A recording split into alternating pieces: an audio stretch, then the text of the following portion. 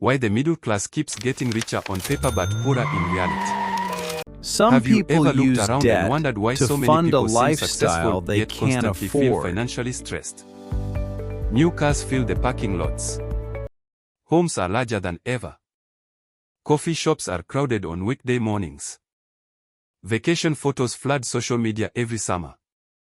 And yet, surveys across the United States and Europe consistently show that millions of middle-class families worry about money almost every day. How can both things be true? How can people appear wealthier than ever while feeling poorer than ever? The answer isn't simply inflation. And it isn't because people suddenly forgot how to manage money. The real answer is much quieter.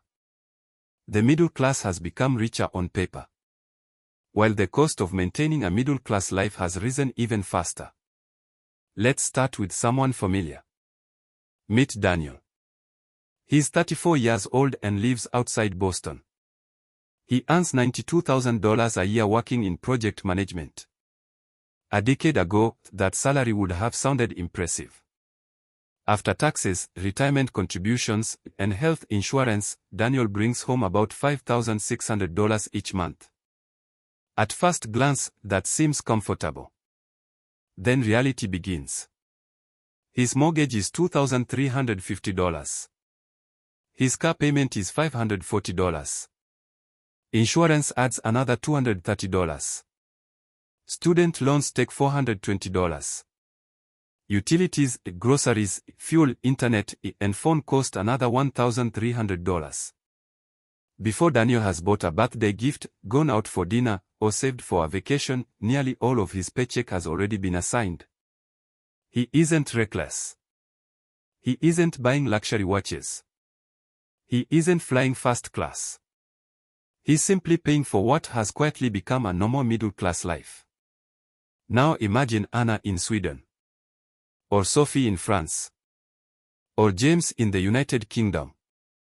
Their tax systems may be different. Healthcare works differently. Public transportation may reduce car costs. But one feeling remains surprisingly similar. The paycheck arrives. The bills leave. And somehow, financial security always feels just a little farther away than expected. So what's happening? Most people assume the answer is that everything is becoming more expensive. That's true. But it's incomplete. Because incomes have also increased. Many people earn more money today than their parents did. The problem is that our brains naturally compare salaries, while ignoring purchasing power. Imagine receiving a 15% raise over 5 years. That sounds like progress.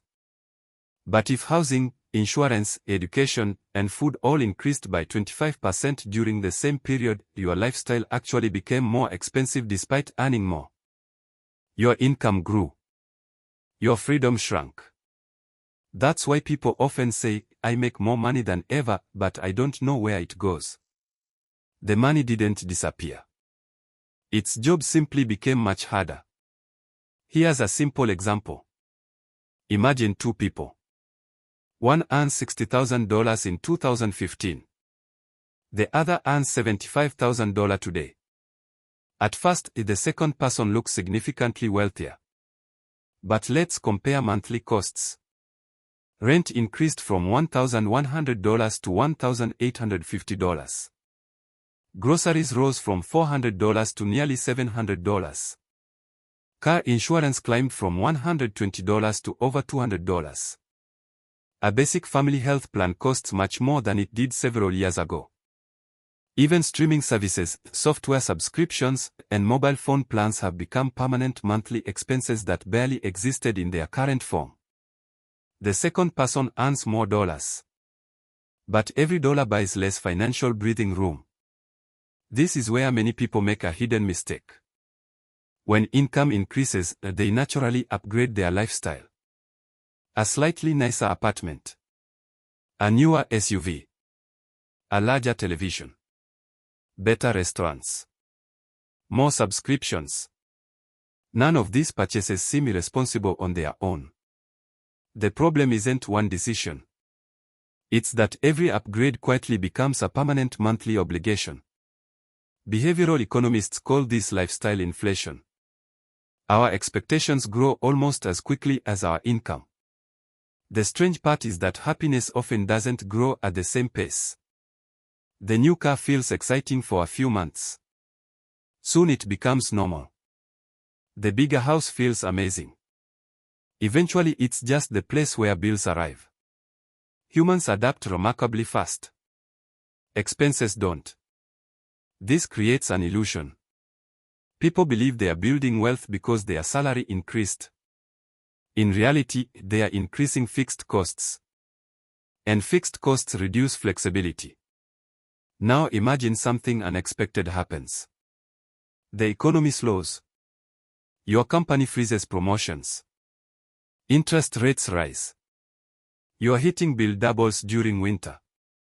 Your car suddenly needs a major repair. Someone who spends nearly every dollar of a high income has very little room to absorb surprises. Not because they are irresponsible. Because their lifestyle was built for perfect conditions. Life rarely stays perfect. This is why financial stress isn't always connected to income. It's often connected to margin.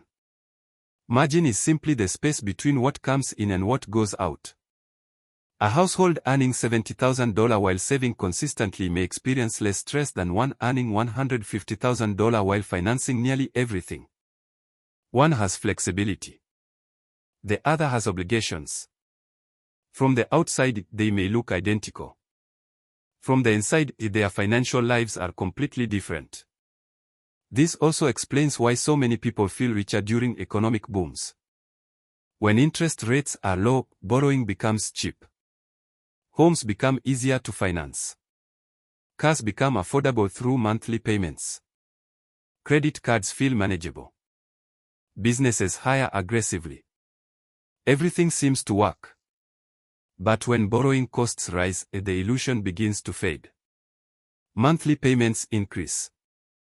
Housing becomes harder to afford. Companies become more cautious.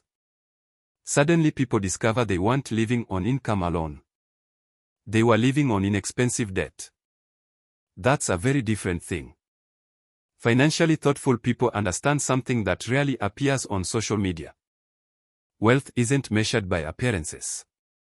It's measured by resilience. They don't ask only, can I afford this payment? They ask, how much freedom does this payment remove from my future? That's a different way of thinking. It doesn't reject nice things. It simply values flexibility more than appearances. Sometimes that means driving a reliable car for a few extra years. Sometimes it means choosing a smaller home than the bank says you qualify for. Sometimes it means ignoring lifestyle upgrades that everyone else seems to be making. Not because they are cheap. Because they understand opportunity cost. Every dollar committed today is a dollar unavailable tomorrow. And tomorrow often matters more than today. The middle class hasn't suddenly become financially irresponsible. In many cases, they are simply navigating a world where essential costs have grown faster than the feeling of financial security. That's why someone earning six figures can still feel anxious. That's why salary alone rarely tells the full story. The question isn't how much money enters your bank account each month. The better question is how much freedom remains after everything has been paid. Because real wealth isn't the ability to look successful. It's the ability to make choices without constantly worrying about money.